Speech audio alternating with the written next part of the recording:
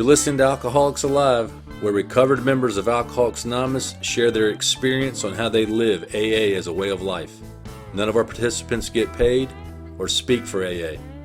Here are your hosts, Shank and Wayne.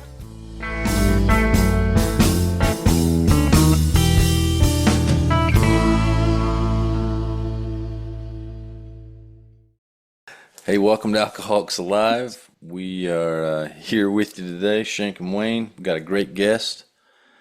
Now, Shank, last week with Dan on the meeting shrapnel, it seems like every time we bring up a shrapnel, I hear it again, like at a meeting. So, carry the message, not the mess.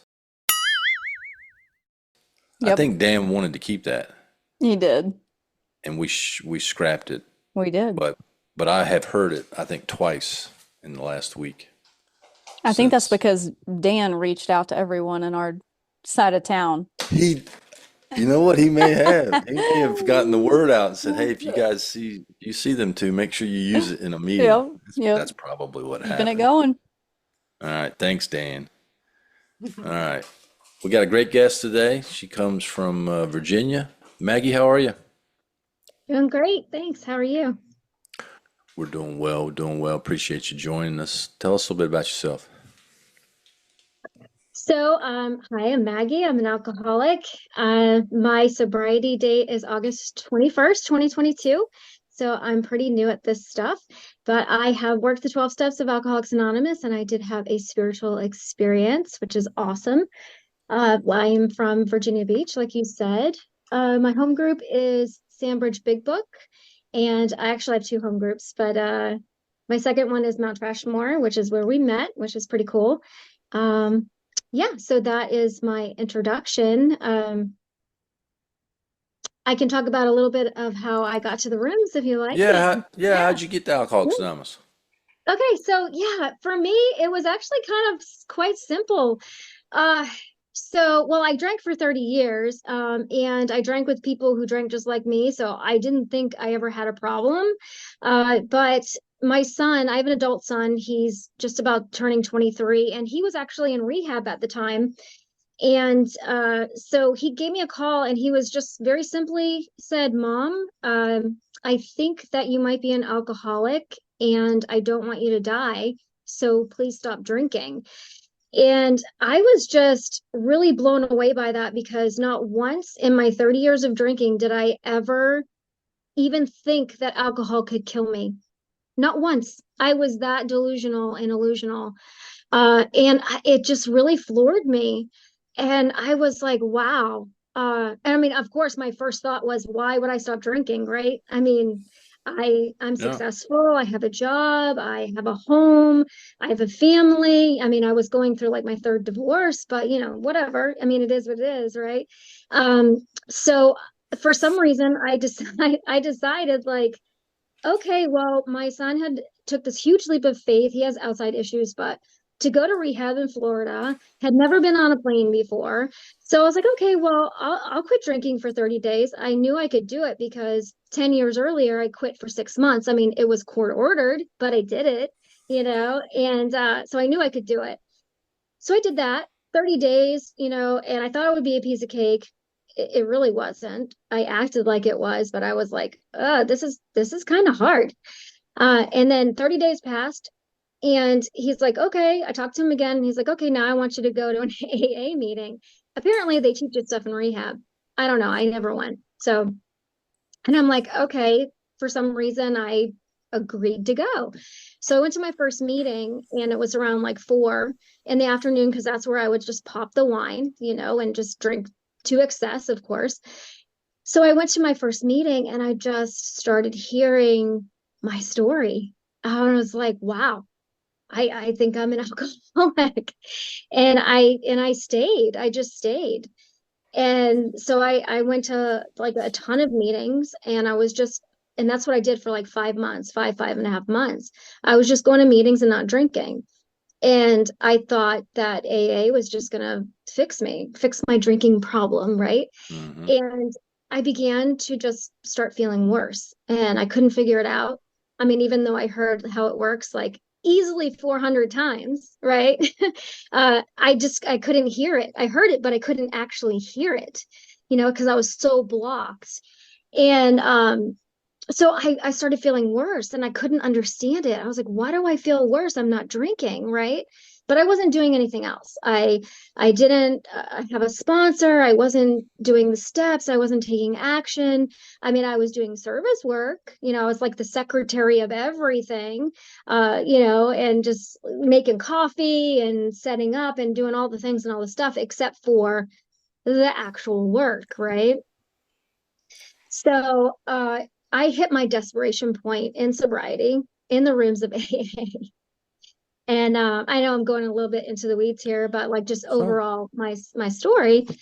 And that's when I became like really, really hopeless, like utterly hopeless. And my way out before I found this solution was go back out drinking and say forget it all, or to kill myself. And that's where I went. Like I mean, suicide attempts and ideation is part of my story, and that's where I was at. And it was at that time where I heard a message of hope in the rooms, and for some reason, I don't know why, I heard that. I was able to hear, and I asked that person to be my sponsor, and he helped me. And even though he didn't like me, and I'm pretty sure I didn't like him either, but that's what we do, right? But yeah, and so he took me through the book, and we went through the steps, and I had that experience, and here we are. So yeah. So you were 12 step by your son, basically. Yes, my Yeah. son in rehab. How about Yeah. that? Yep. Man. Well, we are glad you made it here Hmm. and glad you Me finally got a too. sponsor. Yeah. Thanks for that. Shank, what's the topic? Our topic today is there is a solution. Maggie Thank just God. described that perfectly. Yep. Um, and our reading comes from page 25 in the book Alcoholics Anonymous, the fourth edition. And here's what our reading says. The great fact is just this and nothing less, that we have had deep and effective spiritual experiences which have revolutionized our whole attitude toward life, toward our fellows, and toward God's universe. The central fact of our lives today is the absolute certainty that our Creator has entered into our hearts and lives in a way which is indeed miraculous. He has commenced to accomplish those things for us which we could never do by ourselves. Hmm. This might be the most important paragraph in the book. Shank, now you taking my words now. It might be. I agree Um, with you. It could be one of the most important. It may be the most important so paragraph in the book. The great fact, okay, we've had deep and effective spiritual experiences. So my first question here is like, what is a spiritual experience? Maggie, what was a spiritual experience for you? What does that mean to you? Yeah, and well, in my experience, I've had several. So my original, like I had originally I had a spiritual awakening. And how I can explain that, as I was going through the steps, it was like I was asleep my whole life. And then I woke up, right? I could see more clearly, I could hear, I could feel, it was just I could my whole perspective changed, right? And I think that the book describes it as a psychic change, right? My whole perspective. And that was the first time that I had a spiritual awakening. And now I have little spiritual experiences all the time. Whether it's, like God doing something for me that I can't do for myself, which I think we're going to talk about that too. Um, which, me going to that original AA meeting, I would have never done that. Or, if I'm working with another alcoholic, just seeing the light come on in their eyes, that for me is a spiritual experience. I've had a lot of times I'll be in a meeting and I'll hear someone share just their spiritual experience can also be a spiritual experience for me. It's just having that higher consciousness, that higher awareness that there is something greater than me at play, and I have that deep, deep inner peace guiding me, that I just know that I'm safe. I just know that I'm moving out of love and not fear. And before I had constant fear, constant anxiety, all the time. And now I don't have that anymore. I'm at peace. I'm at peace now. And it's a beautiful thing. Hmm. In Bill's story where he describes he's in the hospital, I guess what we would know now for the last time, and Ebby comes in and talks to him, and he essentially kind of works the first 8 steps, I guess is what we would call that. And then he has that like electric experience in the hospital. And he calls Yeah. the doctor in and he explains it to Silkworth, and Silkworth says, I don't know what it is, but hold on to it. Silkworth didn't understand it because he had never had it. Bill didn't understand it, but um, I had a similar experience to that. I didn't realize what it was at the time, but the day that I got sober, and I was basically walking down the road to go write another bad check. But I said a couple of things out loud. I said, there's got to be something better than this. And I said, God, please help me. And I've been sober ever since that moment. And prior to that, I couldn't stay sober, much more than a few days, trying lots of different things. And, looking back on that experience was just as powerful as Bill Wilson's. I didn't see bright lights and feel the cool wind blow through me and all that stuff. But looking back on it, I started to make different decisions that were like I wasn't capable of making. And I've never really been able to describe it, but there's been something inside of me that's just like, I know that things are different and things are going to be, I don't know how to describe it, things are going to be okay. So, I look back on that. I think that was certainly a spiritual experience. And, not long after that, I would get introduced to Alcoholics Anonymous and would take the steps. And a few things that happened to me that I think point to this, to a spiritual experience, is I was sober probably about 3 months, and I realized the obsession to drink and the thoughts of like drinking and turning to a drink were gone. And as I started to make amends, that obsession left. But I don't know, I kind of like what the book talks about, what you read, is I came to a consciousness that, hey, there is a power here that's helping me. And it's like stronger and deeper than anything else that I've ever had. And I don't know if you call it an awakening or an experience. I know that, you know, people will argue about that in meetings. I don't know. I know that I've been awakened spiritually. I had a guy tell me one time that anytime you find out the truth about yourself, you've been awakened spiritually. I think he's probably right about that. Yeah, Kind of I would like, agree with that. Yeah. whoa, yeah.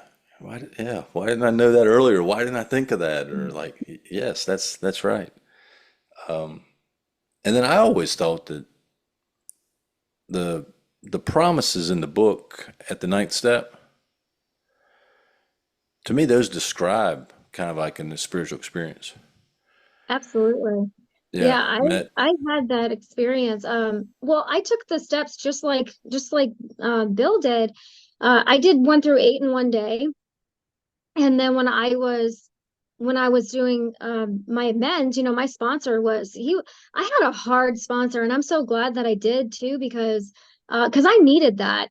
And he was like, we do not delay, we do not delay, just like it says in the book. We do not delay because we are on a life and death errand, and it's true. Yep. And I felt that just like what you were describing, when I was making my amends, like I had talked to my stepfather who he had abused me when I was a child, and I thought that that was one thing one person that I was never going to talk to again, that I could not ever forgive in my life. And I was able to talk to that man and wish him like a beautiful, like I really meant it too. I was like, I really hope that you have a great life, you know, and that set me free. Like I had such a beautiful experience with that. And I'm so glad that my sponsor encouraged me to do that because like that, you know, it's and that's another experience, that's another example of God doing for me what I could not do for myself because Maggie did not do that. But I'm so glad that I did that because it really did. Like forgiveness is such a good part of this too, you know. I don't know how to explain it, but like you said, that feeling of just setting yourself free, just learning the truth about yourself, learning the truth about God, like the God of your understanding, and just walking, like I said, in love instead of fear. That's how I would Yeah. describe it. It's beautiful. It's really beautiful. Yep. Shank, what else you got? All right. Here's the next question. Mhm. If I don't believe in God, can I still have a new attitude toward life and my fellows? Absolutely. One thing I really love, well, I love all of this, but the steps are so results oriented. And I, you know, from my experience, in the beginning, I wasn't sold on the God idea. You know, I had all of these old ideas about God and all this stuff, and my sponsor was just very clear, and he made it very easy. He was like, "Well, first of all, get rid of all your old ideas. You're going to have a new experience." And then he said, "I'm going to make it real easy for you, Maggie. There's a God, and you're not it." And I was like, "Okay, cool." And I just believed that he believed. I was willing to believe that he believed that this program could work. That was enough for me. It was like this a tiny bit. And as I started working the steps and taking the action, this is a spiritual program based on actions, right? I got the results, you know? So, yeah, I mean, even if you don't believe in God or a God or whatever, like you take the action, you get the results. It's that simple. Yeah. It's an interesting question. I've always believed in God, so I mean I personally don't have any experience with with it. I think my attitude towards God was probably flawed and limited when I got here. I think the steps helped with that. And I think part of the spiritual experience or the spiritual awakening that I had as a result of taking the steps definitely gave me a new attitude towards life, gave me a new attitude towards people. And I've sponsored a lot of people that say they don't believe in God, and it seems like they've changed. Although when they talk, it actually sounds like they believe in God, even though they say they don't believe in God. So I mean, it's interesting to me. What's your experience with it, Shane? Well, I've always had like this knowing and understanding of God since I was a young kid.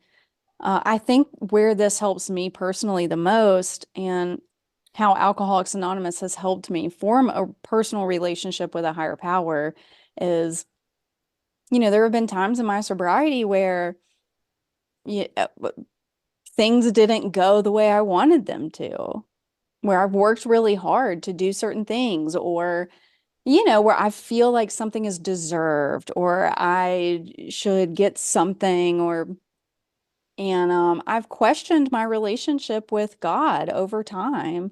I've never not believed, but I have questioned. And what Alcoholics Anonymous has taught me is that it's broad and roomy. If I am struggling connecting to my higher power, if I'm resentful, whatever may be going on, I can just pivot and I can talk to people about, what their experience is when they feel blocked off from God. And I can still have a new attitude toward life and my fellows, and I can find that connection again. So, I have helped people that say they're atheist, agnostic, all of those things, and I believe some of them may be. But similar to what you said, Jerry, it just seems to me like some people that I've helped along the way, it just the way that they talk about their experience and what has happened and what is currently going on in their life, I'm just like, you believe in a higher power. Like it is just radiating from you, and you just don't want to say you do for some reason, which is fine. But I love how our literature just I love how the literature has allowed me to form a relationship in whatever way I can, wherever I am in my life. And those disconnections are shorter and shorter all the time. That doesn't mean that I don't have them. I get resentful, I get upset or blocked off from the sunlight of the spirit at times. Mhm. But it's not near what it was when I was drinking and not anywhere close to that. And since I had, my spiritual experience, I've never once considered drinking. That's never been an option for me. It could be at some point. I don't know that I'm just gonna ride on the wings of victory from that one spiritual experience for the rest of my sobriety. But um, so far, what AA has taught me is that I can take experiences from anyone and it doesn't have to interfere, or I don't have to change what I believe in. I can still have other affiliations um, and be a member of AA and find a personal relationship to God. So Yeah. I've always thought that that was really inclusive in Alcoholics Anonymous.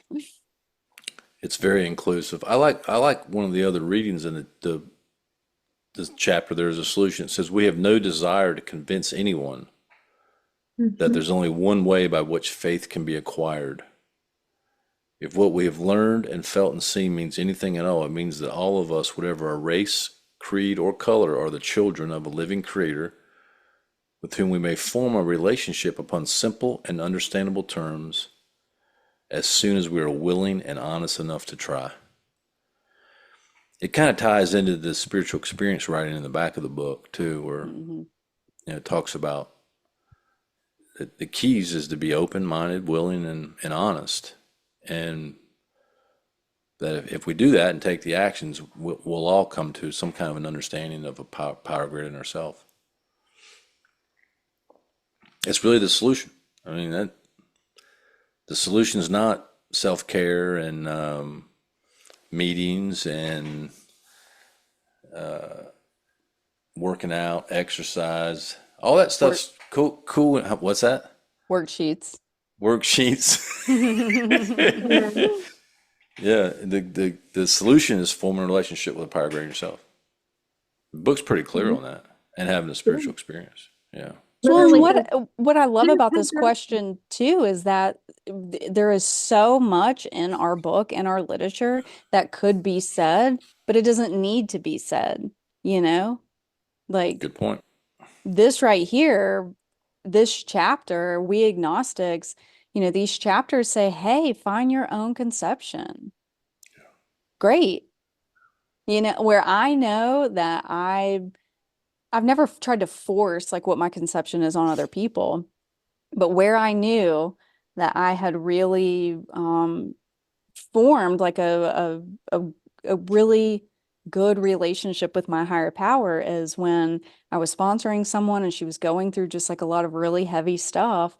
And, at some point she said, well, what do you, we were talking about her amends and she needed to make some amends to a church. And she said, well, what do you believe? Like, I don't even know what you believe.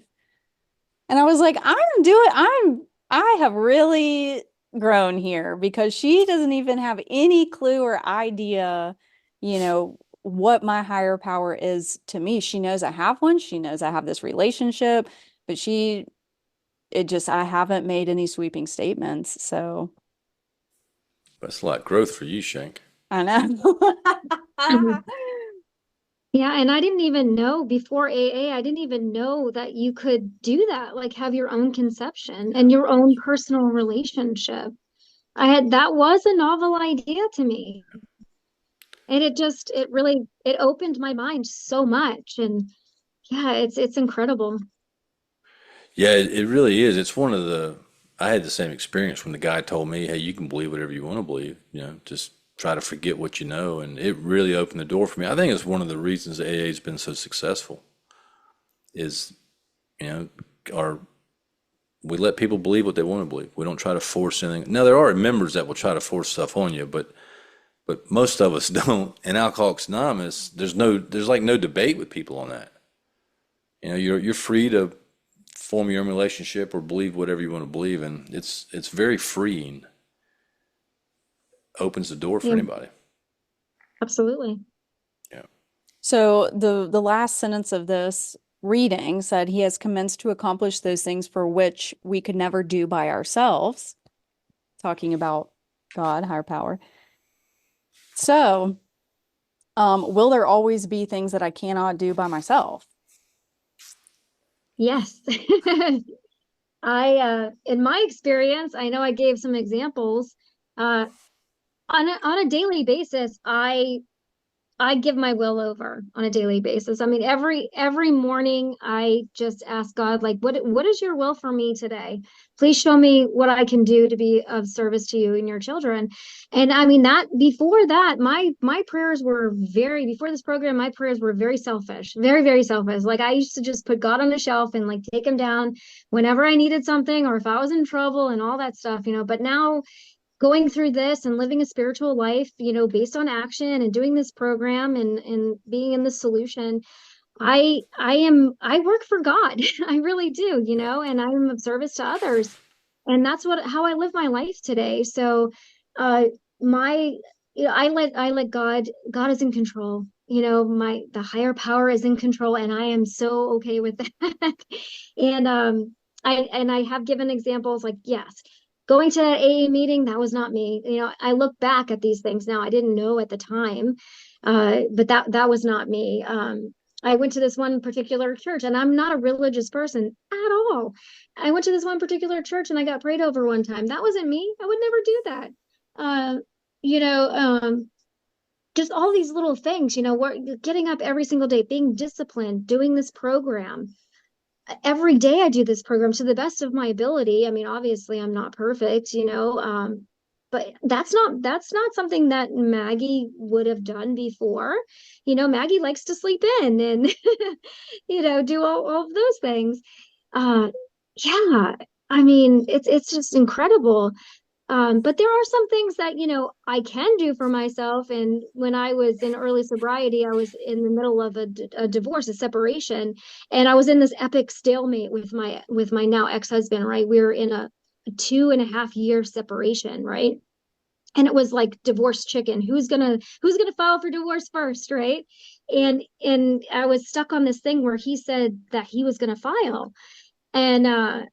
And even in the amends, he's like, okay, are you still okay with the divorce? And I was like, yes, absolutely. And he's like, okay, I'm gonna file. And I was like, okay, great. And then 6 months later, he still didn't file. And my sponsor was just like, Maggie, God does for us what we cannot do for ourselves. And meaning I can file for divorce. So I did, and I was divorced a month later. So, you know, there are some things that you can still do for yourself. So having that discernment, you know, is a thing too. Yeah. I think this is one of I mean, this is that statement where I've lost it now. He has commenced to accomplish those things for us which we can never do by ourselves. I think that's the message of Alcoholics Anonymous. If you just boiled it down, that God has done for me what I can't do for myself. It's an absolutely accurate statement. I mean, the number one thing is has kept me sober, has removed the obsession, because nothing prior to Alcoholics Anonymous was able to do that. Not church, not psychiatry, not diet, not exercise, not suicide. Not fear, not No, self-knowledge, none of yeah, that. None of wife, them. Air Force, sheriff. Right. Uh, Now we Yeah, know I the had sheriff lots of worked for you, consequences, Shank. lots of Yeah, consequences, and none of yeah, it kept me sober. This is the only thing that has ever kept me sober is working the 12 steps of Alcoholics Anonymous, you know, and then working with other alcoholics. It was made very, very clear to me when I was taking the steps that if I do not work with other alcoholics, I'm being just as selfish as I was in my drinking. And, at first it was like, I mean, obviously, yes, I'm going to work with other alcoholics because giving away freely what was so freely given to me. Now I get to work with other alcoholics. I love showing other people the way out. It's such a beautiful thing to see the lights come on, to show other people that there is a different way, to Yeah. give hope back to other people. It's amazing. It's amazing. I even think we learn that we can't get rid of defects without God's help, right? I mean, if we believe what the steps say, then even to grow spiritually and to, I guess, to act different, it requires God's help. I mean, Absolutely. I can't do that by myself. Now, here's some shrapnel for you, Shank. I probably still say it sometimes, but I used to make this statement that if I do what I can, God will do what I can't. Yeah. I mean, because there are things that we have to do, right? We've got to be cooperative, and we've got to comply with spiritual principles. I mean, you can't. Oh, here's more shrapnel. Well, they used to hear this, right? If you just go over in the corner and pray for, a hot dog's not just going to show up, Mhm. right? You got to actually, do some work to get it. Take action. Yep, take some action. Now, Shank, are you self-reliant or God-reliant? Well, I'd Depends like on to the. say I'm God reliant. Um, but there's some self-reliance still in there. I'm not deemed white as snow quite yet. We all have What it. I can tell you is like I know that I have to take actions, and it is a working part of my mind now. I don't Mm. overthink. To, I if I say I'm going to be somewhere, I'm going to be there. I make commitments to AA and to people around me and to work. Like I can do all of these things that just seemed impossible when I was drinking, before I was introduced to Alcoholics Anonymous, before I worked the 12 steps, had a spiritual experience, an awakening. Like I can look back and see all of these things that God's hand has been in, that He has done for me. It's in the moment where I'm just kind of like, you know, well, gosh, I have to do all this stuff, which I truly don't even really think that. It's just where can I fit something else in? Where can I move something? How can I how can I put Alcoholics Anonymous in my sobriety first? And when I do that, things are going pretty good, even when they're not. So, I like this. Another reading from the same chapter. There's a mhm. solution. It's on page 25. Same page. It's at the end of that page. It says, if you are seriously alcoholic as we were, we believe there is no middle of the road solution. We were in a position where life was becoming impossible. That's kind of like being unmanageable. And if we had passed into the region from which there is no return through human aid, we had but two alternatives. So basically, if we believe we're beyond human aid, which means another human can't fix us, where are we going to go? Well, here's the alternatives. One was to go on to the bitter end, blotting out the consciousness of our intolerable situation as best we could, and the other, to accept spiritual help. Could be one of the most important paragraphs in the book. Could It's be. I think it's like the first real decision. Hey, are you going to just ignore what's going on in your life and go on to the bitter end? Which doesn't always mean death. It could mean just a miserable alcoholic existence. Or do you want to accept spiritual help? The beauty in that is if you accept spiritual help, there's unlimited power and resources and people available to help us. And the crazy thing is that we have to kind of think about that, right? We're like, which That's one?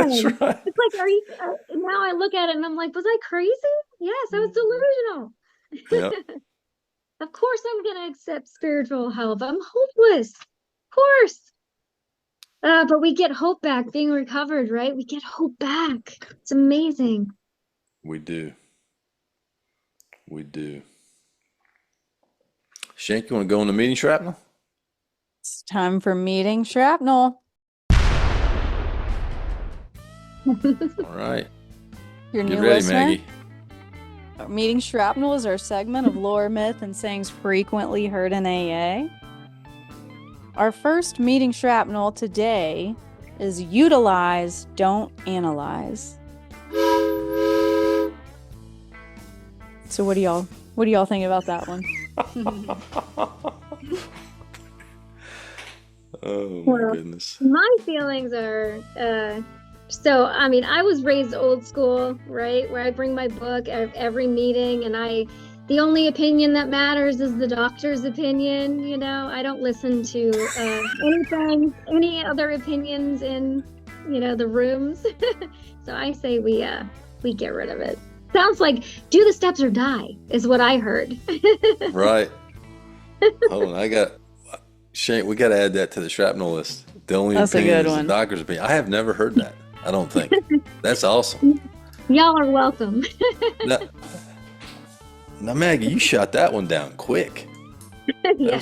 That was almost a super scrap. Almost. Utilize, don't analyze. I don't know. I've heard it before. I guess it's saying take some action. Don't analyze it. Kind of into action, not into thinking or into feelings. There you go. Sounds like what do they say? Analysis paralysis. Yeah. Yep. Something like that. Just take the action. Just do it. Utilize, don't analyze. I think I might start saying it to people. Well, I'm scrapping it, so you can't. Oh, It's in the garbage. 2-1. Even if you vote to keep it, you're shot down, brother. all right, it's out of here.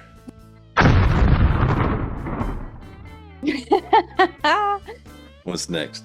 Our next meeting shrapnel is an AA member is just a drunk with a conscience.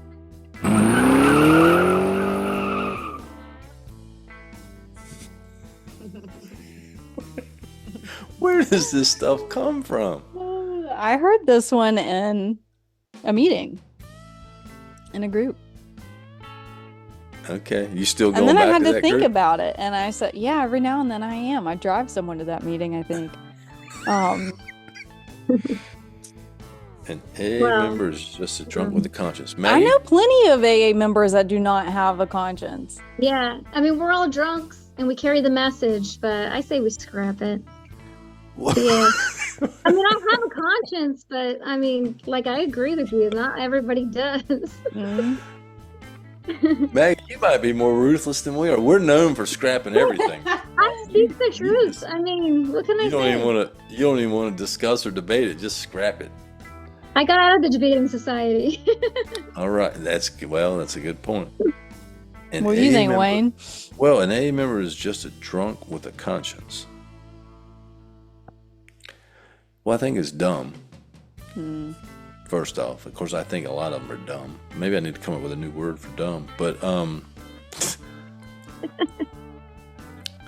yeah, I Well, don't it really know. doesn't matter what you think, because I'm scrapping it. All right. Well, I'm scrapping it. It's out of here. I Y'all got my need girl Maggie on the podcast today. We're teaming up on you. Y'all need like a Dog. sound effect, a scrapping sound effect or something. Mm-hmm. Well, we edit that in later. Nice. That one's out of here. Yeah, it's out of here. All right. All right, our third meeting shrapnel is if you spot it, you got it.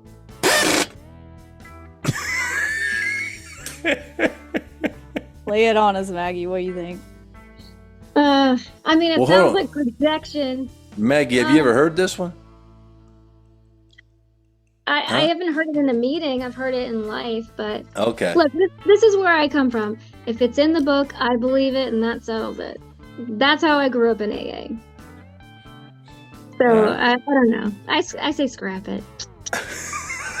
Get out of here.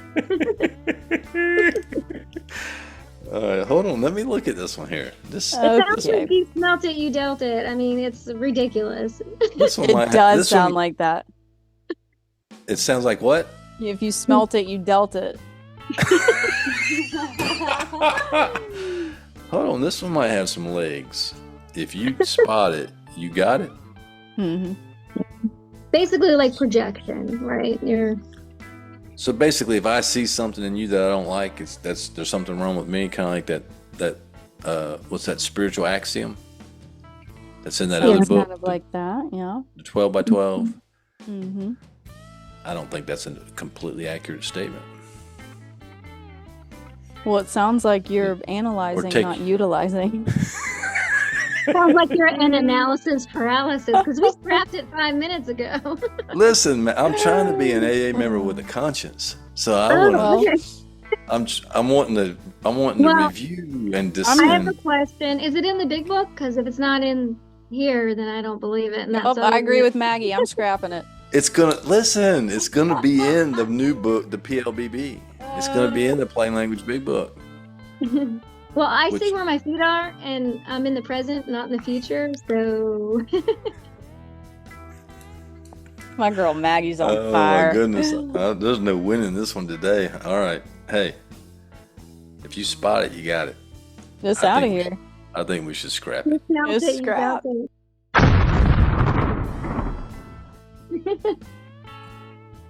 Man, that was This quick. is lightning round scrap with Maggie. Lightning round scrap. Is it in the book? Nope. Get it out of here. It's done. All right. Well, Maggie, listen, we appreciate you coming on and sharing your experience with us. My pleasure. Thank you for having me. Very grateful. Yeah, we enjoyed it. If you're out there listening, remember, if you suffer from alcoholism, there is a solution, and that solution is comes from taking the actions of the 12 steps as outlined in the book Alcoholics Anonymous. It can do more than help you stay sober. It can help you to be free. Freedom. Thanks for listening. If you have a comment, suggestion, or just need help, you can email Shank and Wayne at freedom@alcoholicsalive.com. Remember, we're recovered members of Alcoholics Anonymous, but we do not speak for Alcoholics Anonymous, nor do we get paid. Join us next week for another great episode.